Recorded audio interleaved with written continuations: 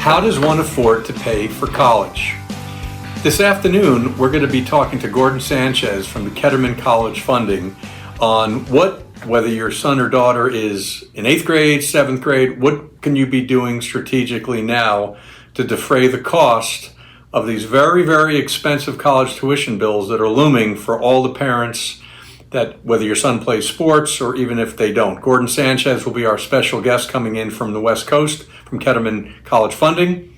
I'm sure you'll enjoy it. And even if you think you can afford to pay college tuition to the tune of about $227,000 to send your son to Yale University, any help, no matter what income level, will be tremendously helpful for you and your child down the road. Good afternoon. Tony Abbatine from Beyond the Ball, coming to you from lovely Orange County, New York, the real Orange County. We have our special guest, Gordon Sanchez from the Ketterman College Funding. Mentioned before about the reality of college planning, college selection process.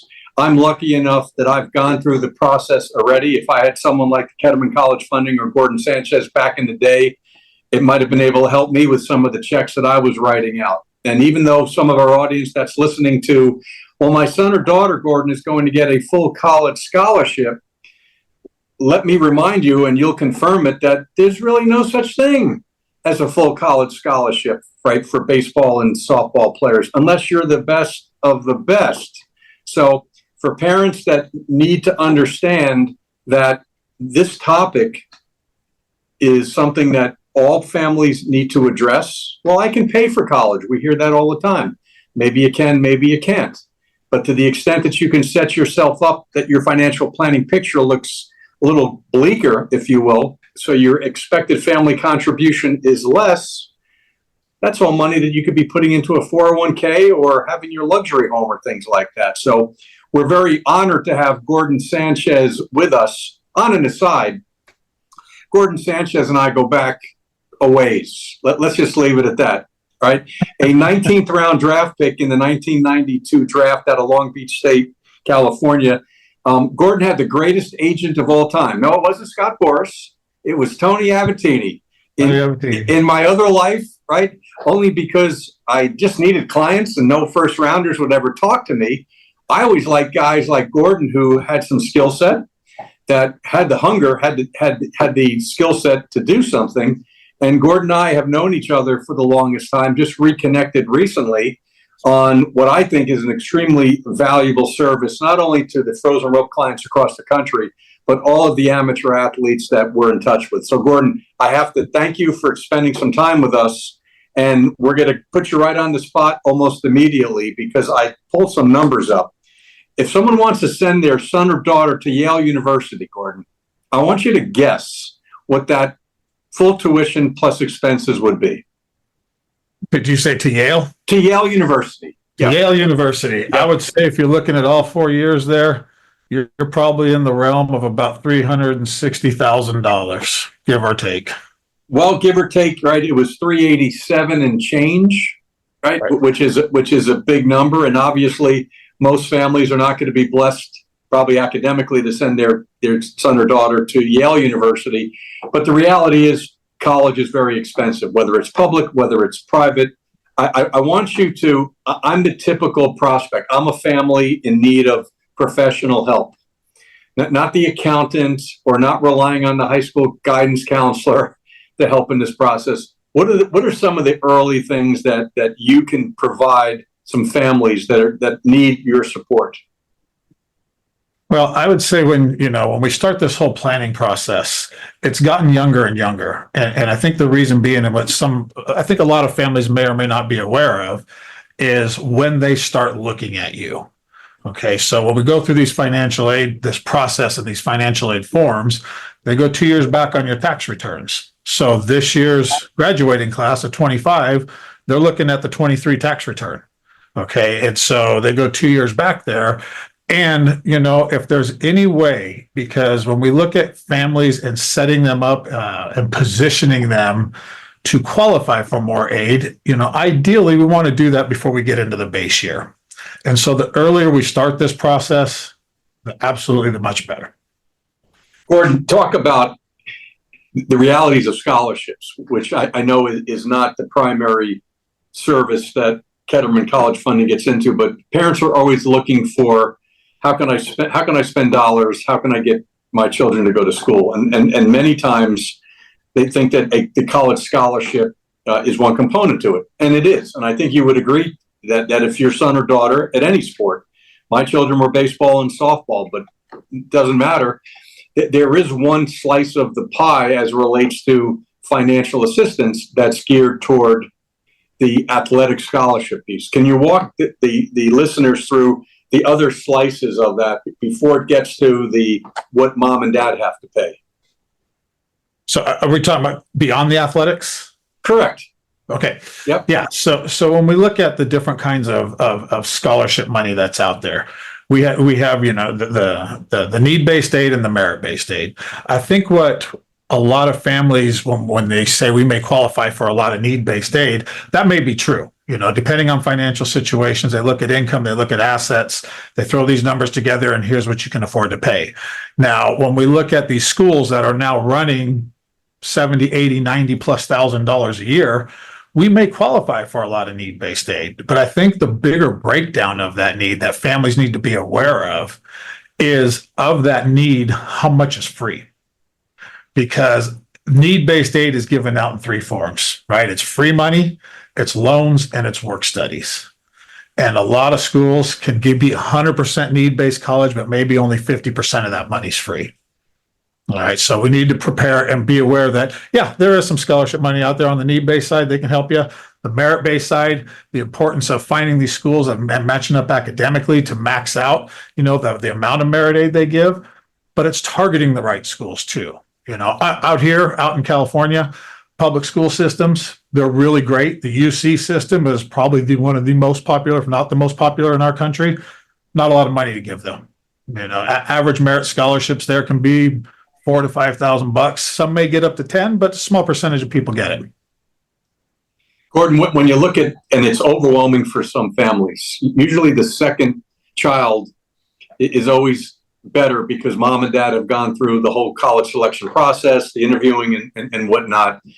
Does your service at least help or guide what school should my son or daughter apply to? I know from an athletic standpoint, when people say they have a catcher and they think they're really good and they want to be the next Gordon Sanchez at Long Beach State, but they don't have the arm strength and the athleticism that you do, we have to tell them that you're not a Division I player. And so from an athletic standpoint, it's all about twos and threes and whatnot.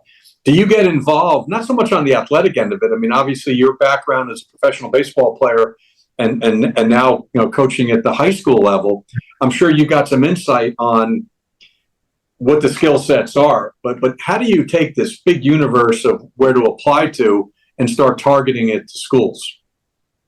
So, and that's a good question. And what we do, part of our service is we have a student positioning part of our service. And this is where the kids will get assigned one of our student positioners, similar to a guidance counselor per se, that they have access to at the high schools. Our student positioners are really great. They take them through some career assessments and they have break down these assessments with our students and really try and figure out what they're wanting to go to school for. Again, going back to the earlier, the better, starting this process. The earlier we start this, kids may say, hey, they come in and, hey, I think I want to be a veterinarian, and the earlier we start figuring this out and they do some internships and shadowing and make sure that's what they want to go to school for. Because a lot of times kids will maybe think we're heading in this direction and it's maybe not what I want to do. And we need to shift some gears, and that can affect what colleges we're applying to. Because, we need to make sure majors are there. We need to make sure the other things, the extracurriculars, right? When we send our kids off, we want to make sure they're happy. They have to be happy where they're at. We don't want them to come home and start this process all over again. So when we're looking at the student positioning side of things, I have some student positioners that work with all my students that go through this process, meet, 2, 3, 4 times a school year, as much as we really need to meet. And really, when it gets down to it, honing down to the right. We used to say 6 to 10 colleges to apply to, quite a bit more today. we're finding out more kids, with SAT scores being taken away at some of our colleges out here. Kids are applying to 12, 14, 16 schools nowadays. But we do absolutely help on the academic side on matching up to the right colleges, grades, test scores, all the extracurriculars and all the stuff that goes into it. So what I'm hearing is that the sooner the better, right? And we'll talk about fee structures and how parents compensate you and your firm, for this major handholding that is so desperately needed. So earlier the better. There's at least what do you want to be when you grow up? And yeah, to your point, children change their mind. I know coming out of high school, I wanted to be an anesthesiologist because that's what I wanted to do, Gordon. And guess what? I got to the University of Buffalo and I realized, damn, I'm not very good at science. I need to do something else. So I think when parents ask us that, there's nothing wrong with undecided. Right. Okay? There is nothing wrong with undecided. And maybe you need to go to school and just I'm a big fan of go study English or learn how to write. Because if you can verbalize in this world and write, you have a major advantage when it's time to get a job. I don't know if you agree with that. 100%. So for some that really want the core sciences, want to be the engineer and whatnot, that love the math, they have a better track record as to this is what eventually I'm going to study. But next part of the process. So now you started to get that dozen or so schools going on. Walk us through kind of from afar where the financial, tax, accounting, whatever component, how do you start positioning mom or dad? And this is really, I don't want to say it, but they need to be positioned in the best way to show that they're almost broke. Okay, right. That's really what it comes down to. How does that process start? So it starts, and believe it or not, it does go back to when we start working with the kids, because we need to see what kind of colleges are going to populate their list. All right. And then take those schools, because ideally, going back to the student positioning real quick, when we go through this, we're trying to find these colleges where our students are in the top 25% of what that college wants. All right. And when we get into that situation, we know we're going to get in and we know we have the best opportunity to max out the merit-based financial aid at that college. So that's our goal. Find these schools where we're in the top 25%. So when we go through that student positioning process and we populate a list of colleges based on size, location, major, student to teacher ratios, how selective are these colleges going to be? We put together this list and then we sit down with mom and dad. And this is where we go when I come in and we sit down and we say, hey, here's some schools that could potentially be really great for your student, for your child. Now we look at the financial side of things. And depending on where mom and dad are, because you mentioned Yale early on, right? 100% need-based college, right? Zero merit aid. They don't give merit aid. So we can have a perfect SAT score. That's going to help us get in. If mom and dad make a good living, they're going to pay full price. So they're only the need. So we want to break down these schools and really look at the family's financial situation, put them in the best situation possible to qualify for as much financial aid on the need and merit side, and build out a plan to cash flow their all their kids' educations really most cost effectively. So let's talk about college savings. Right, every parent knows that, boy, if I can put a little bit away when little Johnny or little Jane is 4 years old, and eventually there's real dollars to be able to do that thing. Some families can do that. Some parents have the discipline to do that. The reality is, in the economic times that we live in right now, families are not funding the college savings to the point that they might not need any savings at that point. How do you, just general advice, is it a formula, percentage of income? How can someone at least start preparing themselves? Let's say you've got someone who's 8 years old. Sure. Right? An 8-year-old. So in 10 years from now, that 8-year-old will be applying to colleges in theory. What general advice, and I know there's a lot of factors, a lot of it having to do with just simply the income level of the families, what could they, or what they could try to be putting away on an annual or on a paycheck basis? That's a good question. Yeah. Because I mean, when you're looking at the cost of schools and I look at like our state schools out here in California, San Diego State running about 34,000 bucks a year now. Long Beach State, where I attended, we're getting up there closer to the 30 now. I think our cheapest schools out here may be Fresno around the 20,000, 22,000 range. But then the flip side, we got schools USD pushing 80, USC, they're about 95 now. So how much can we push aside? I don't think a lot of families can really afford to pay $95,000 a year to send their kids to school. No, excuse me. When you say 95,000, that's everything. That's tuition, books, room and board, travel, everything little Johnny or Jane needs, correct? Everything. Okay. I want the parents to understand that's just not simply just line item tuition. No. The tuition there, you're looking around 65, 70 or somewhere in there on the tuition side.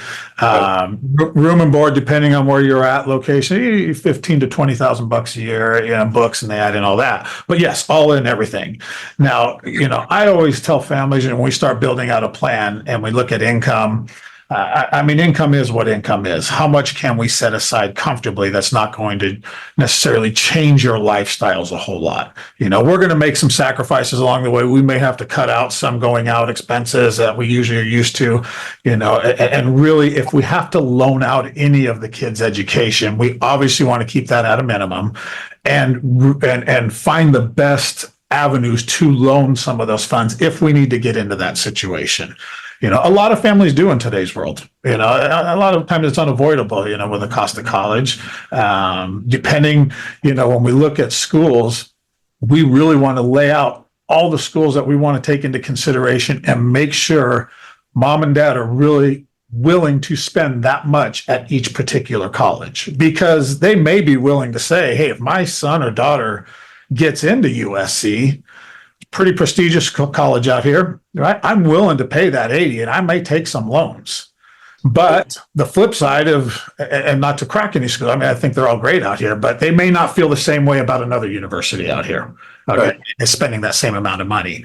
So to push funds aside, shoot, if you're looking at a state school, if you can save $3,000 a month, that's basically for the, what we're looking at, to get them through the year. At a younger age, we can break those numbers down and see what it would take if that's what we're targeting. By the time the 8-year-old gets there, costs go up every year.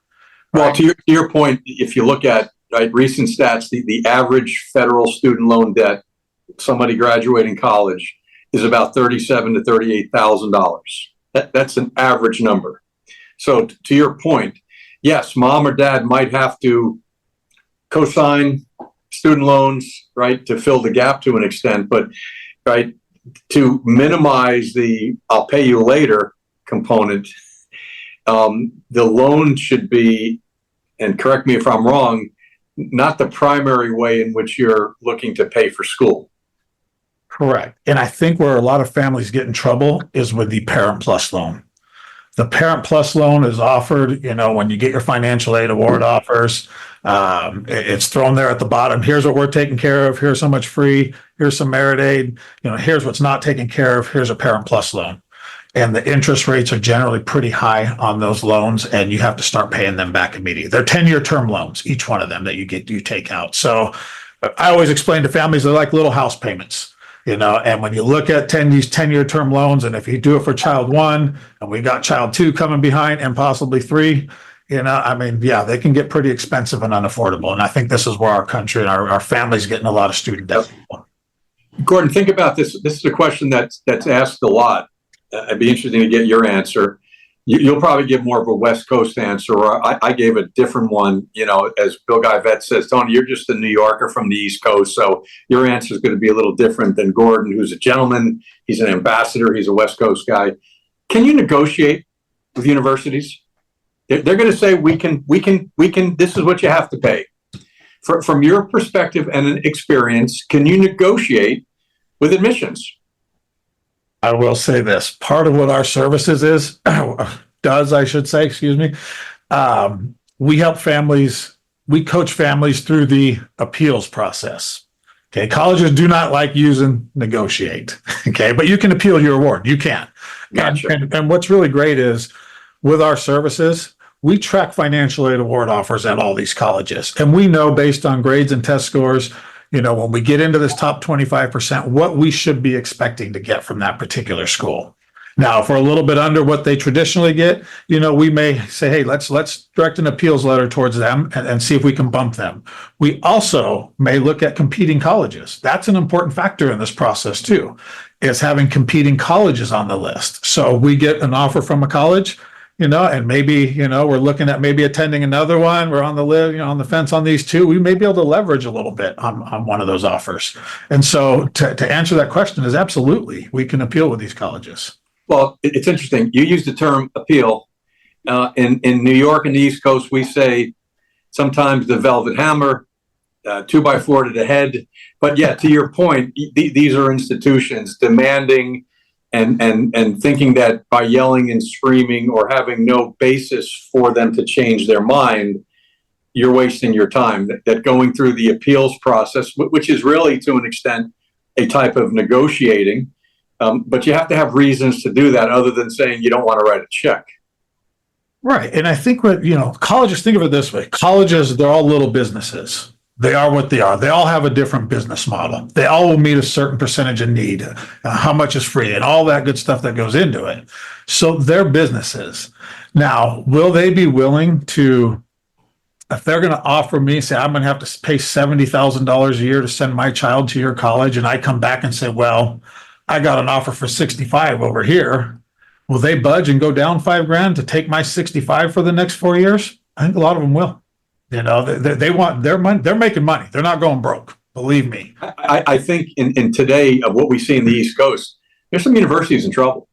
You're seeing more merging going on. You're seeing smaller campuses going on.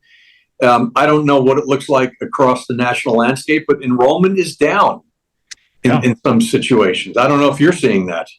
It is. And the numbers are coming out. Enrollment can be down a little bit, depending on the colleges. Our UC system is 100. I mean, they haven't stopped. I was just at an event the other night where UC San Diego was there, and they had almost 135,000 applications to that college.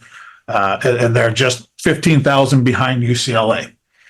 So there's a lot of kids, a lot of students, and sometimes this may be an okay route to go.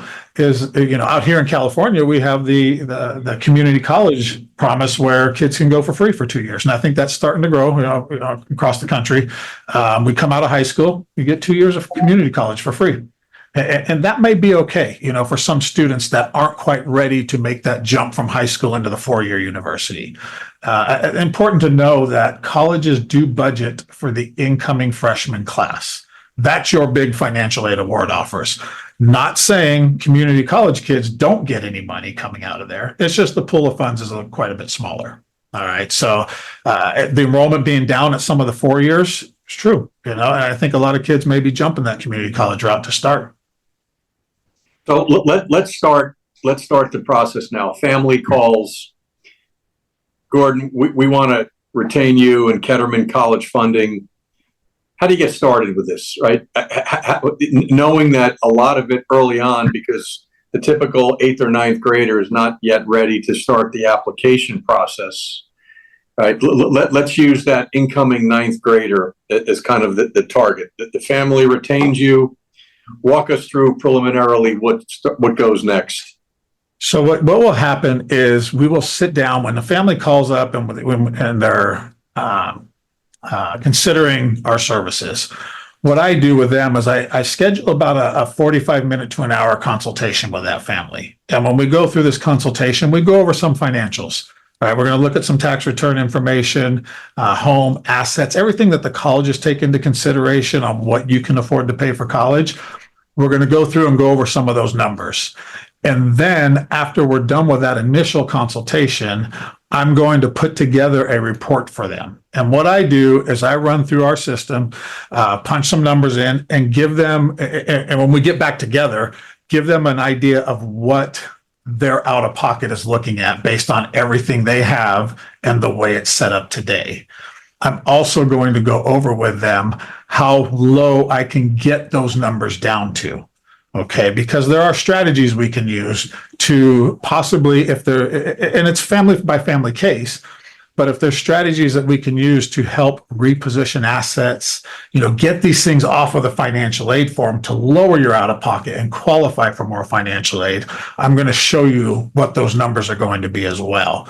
I also go over a few colleges. So I usually throw over a public school and a private school into this report so you can see the different business models, how they operate, what kind of financial aid each one of those institutions gives, and really go a little more in depth into our student positioning. We also do all the financial aid forms for our families. So it does not matter how many colleges a family applies to, what forms they take. We're going to complete all the financial aid forms and give them a really good idea of how we're going to be able to help that family before they make a decision on whether or not to move forward with us. So I want to show them what we can do before they hire us. So talk to us about Ketterman College Funding. You're on the West Coast, right? Ketterman College Funding, you're helping families across the country. So the fact that we're on the Power Coast, as we call it here in New York, okay, the real Orange County, versus where you are. Okay, it doesn't matter that if we have families in Boston, in New York, in Chicago, your company can engage. And I'm assuming that the initial consult, whether it's live or Zoom, right? How is Ketterman College Funding positioned to be able to help all of the families across the country? Yeah, and that's a good question. And yes, we can help families anywhere in this country. We used to pretty much be West Coast, up until right around COVID time. And I think the window of opportunity opened up for us to be able to reach out to more families. This whole webinar thing really wasn't a thing back then before COVID, so it was a lot of in-person workshops. And we would really stick to schools, high schools, events locally in our areas that we covered out here. But now, and back then we did help families nationwide. It's just a bigger reach for us today. We're able to market and reach out to families all across the country. It does not matter what state we're in. It all works the same way, so it's really helped us open the door and really grow our company as well. So yeah, we can reach out to any family anywhere in this country. Gordon, recruiting services. I know parents will ask us, how important is it? And we're on the athletic side, and I know we keep going back and forth, but one of the added value of having someone like yourself with your baseball background with many of our clients is that sense of realism, right? There's a certain skill set that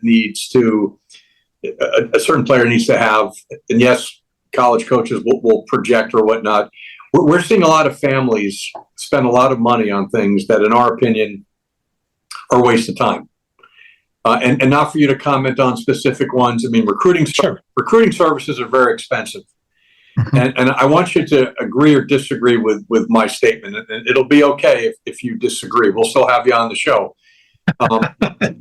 Parents need to start understanding that grades matter, SAT scores matter, that for all the money that they're spending in travel ball and in travel organizations and hitting and pitching coaches, go get a tutor, because grades and transcripts matter as it relates to when it's time for someone like your company to present the full picture. True or false? 100% true. 100% true. Going to the grades and test scores, I've been coaching high school baseball now for 20 years. And I've had kids along the way that are, little lefties running it up there, 88, 90, and we do a really great job on the field. But as a student, was a 2.0 student with a 930 SAT and have colleges like Loyola Marymount, USD, these kinds of schools looking at them, but they're not taking them because academically they're going to fail there. And if they fail, they're not going to play. So academics and test scores, all that 100%. I always say when it comes to test prep, SATs, they're expensive. You out here, $3,000 to $5,000. It's usually what I hear families say to go to a proctored course and get that help that student needs. The return on that investment, you pop a really good SAT or ACT score, and if it gets you in return $20,000 to $25,000 a year, obviously that's a great return on that investment. It's super important. So yes, on the academic side, 100%. Going back to the athletic side, on these services that reach out and help find colleges and reach out to colleges. I'm sure they're great at what they do. I have many friends that I've played with that are coaching at some pretty high college, USC and some other schools out here in California, some pretty big Division I schools. And I have conversations with them about these contacts they get from these kinds of services. And the feedback I get from all of them is that they don't have time. They do not have time for the amount of email and stuff they get from all these services to go through them all. They would rather hear from the player themselves, directly from them. And what's really great is with our services, you mentioned it earlier, we're not on the athletic side. My clients, I've been through this process myself. I've taken my daughter through it. I've been coaching high school baseball for over, this will be my 21st year actually.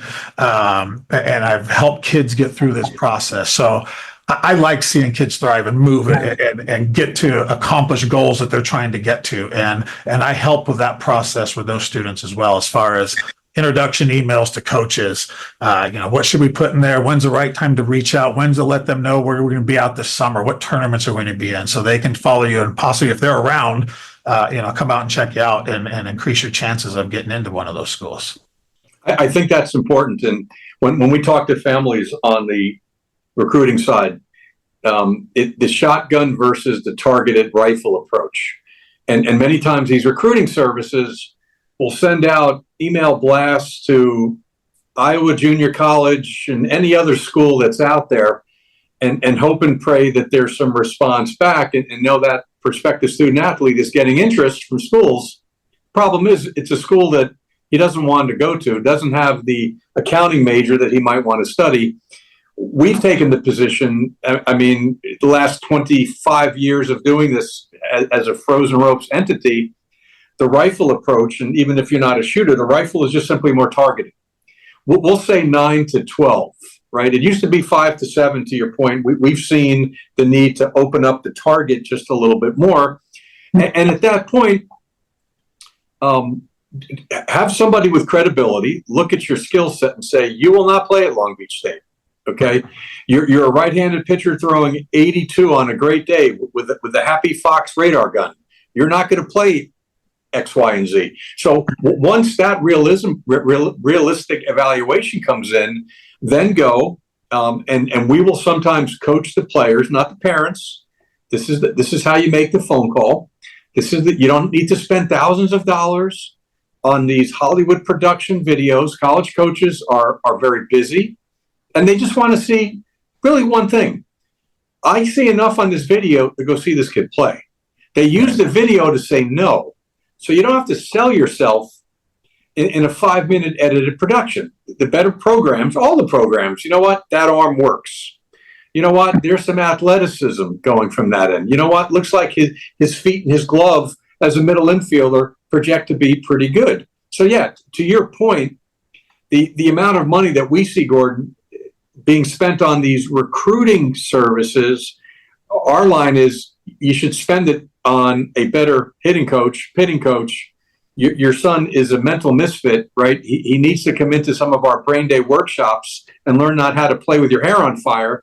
And maybe they'll be a little bit better that way. That'll position themselves to do that. So I think what's great about that is as clients start talking to you, your background, having been a high school coach, college player, played at the professional level, I think you'll be the guy, we call it the tough love, because I'm sometimes put in that situation.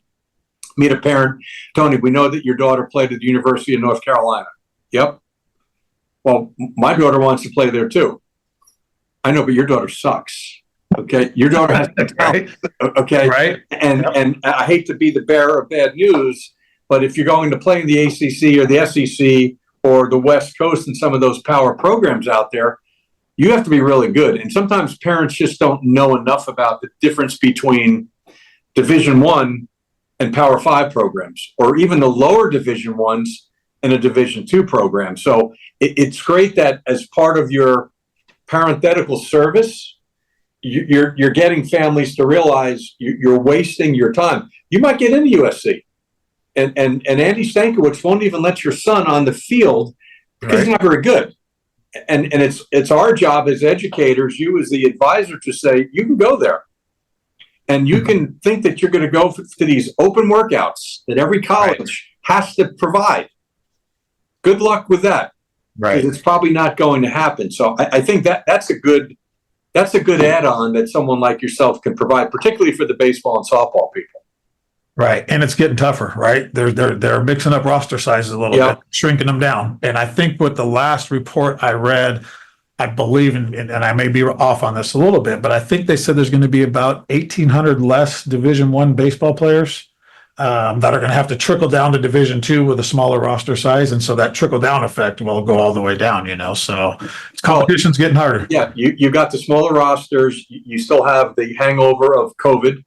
You still have these 5 and 6 year seniors that are still clogging the rosters and are still having money being allocated for scholarships. Yeah, to your point, I think it's going to take 2 or 3 years before we unclog the pandemic and these additional hours that were given to a lot of the athletes there. So even more of a reason to be strategic and realize, the whole Division I thing for athletes, it's many times parent driven, Gordon, right?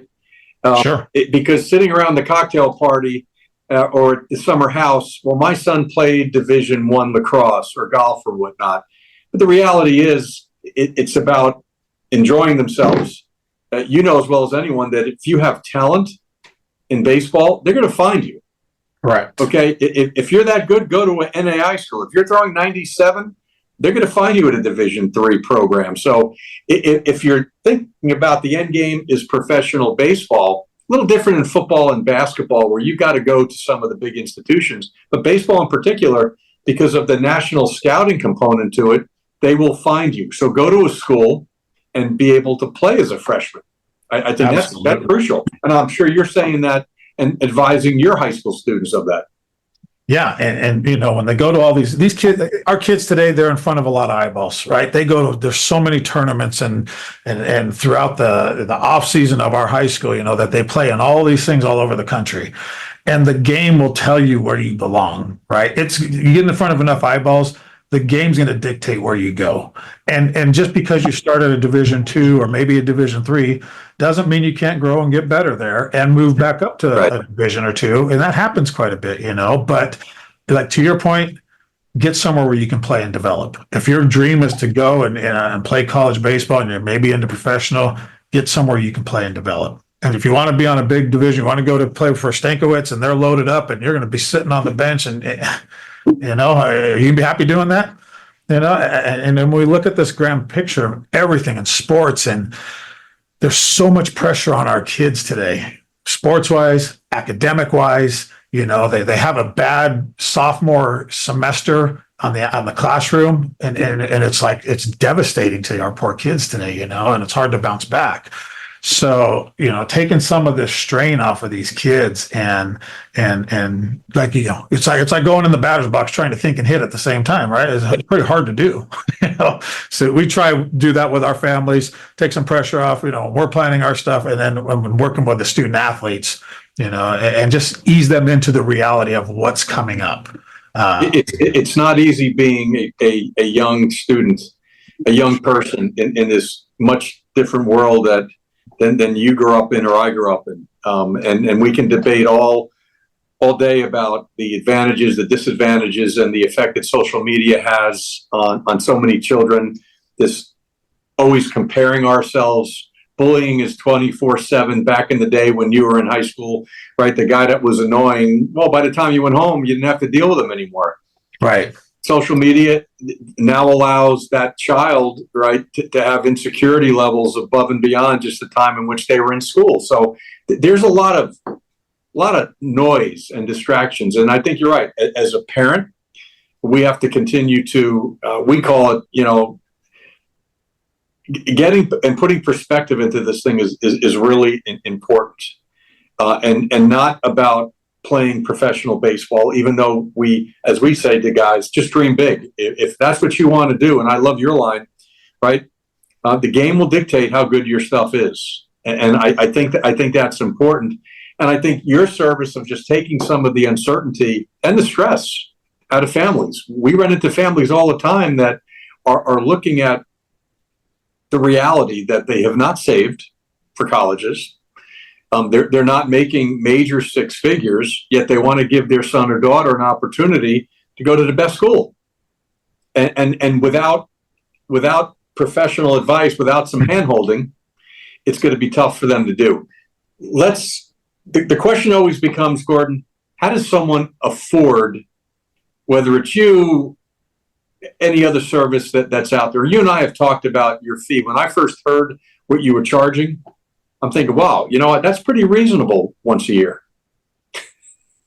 and then you educated me and said, well, Tony, we have one fee, and that's it. From the time in which a family, and please correct me when it's your turn, from the time in which they come in to the time in which hopefully we're celebrating and getting gifts from the family, it's one fee. And when you said that dollar amount to me, I'm thinking that's about 1 year of travel ball, or families that are spending all this money on other services that if they put it into this, it's extremely affordable. Walk through the cost part of this thing now. Yeah, thank you. I appreciate you asking and giving me a chance to go through that. So with our services, again, there are three parts to our services.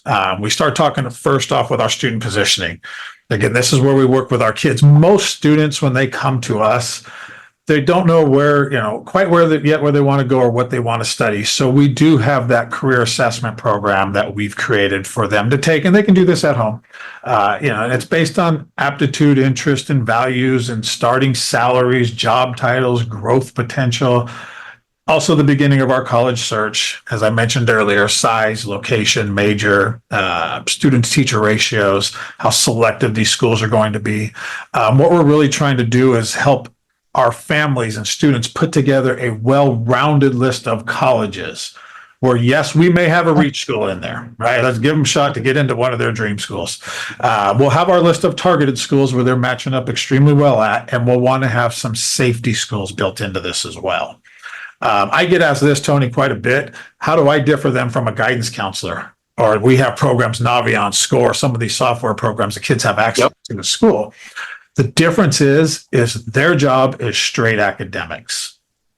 What we're very fortunate is our program is able to add the financial part back in for mom and dad. So we need to make sure we're making adjustments along the way through the high school years and that we're targeting the right schools, but we also need to make sure it's a good financial fit for mom and dad.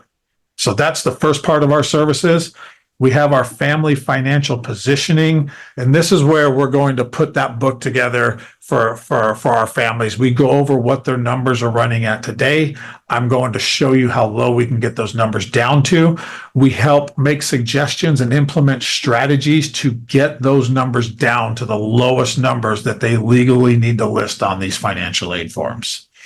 It's where we provide the statistics to all the colleges. So we have all the numbers of, what percentage of need a school is going to meet for you, how much is free, how much they have to pay back, what percentage of students are receiving merit at all the colleges you're considering, the average merit aid award at each school, and what kind of grades and test scores your child needs to qualify for that merit aid. And we help put a plan together to cash flow all your kids' educations. And the final part of ours is our forms processing and appeal section, is where we do all the financial aid forms, FAFSA forms, profile forms, institutional forms, the verification form. When financial aid award offers do start coming back, we help analyze and review those awards. If there is an opportunity to appeal for more financial aid, we're going to help you through that process as well. And like you mentioned earlier, we work together from now until they are into their freshman year of college. And that's the third part of our services. So our services all in total $3,950. And that's if you do it in payments. If you do pay it up front, there is a $500 discount that gets applied to that, and it's $3,450. So whether you come in freshman year, senior year, one-time fee. Gordon, I think you should raise your prices. And I say that kiddingly to an extent, and because as I'm listening to the breadth of the services and the fact that if a parent really wants to utilize and really get the most out of it, boy, if I had an eighth grader, I'd be signing up tomorrow. And even though a lot of the work is going to be on the back end, to have those services available in this kind of four-part silo, as you described it, I just keep looking at it. A brand new aluminum bat is $400. Travel Sure. teams prices are X, Y. To be able to for a little less than $4,000 over the course of a few years, if the services are being used properly, that's a no-brainer. Yeah, and I say even if they come in, if it happens to be families that are getting a late start, junior, senior year, I mean, the time to plan, the earlier the better. The earlier we start in, it's really the way to start hedging the increasing cost of higher education. But the train's not stopping, right? If we're junior year, senior year, and we haven't started yet, we need to start.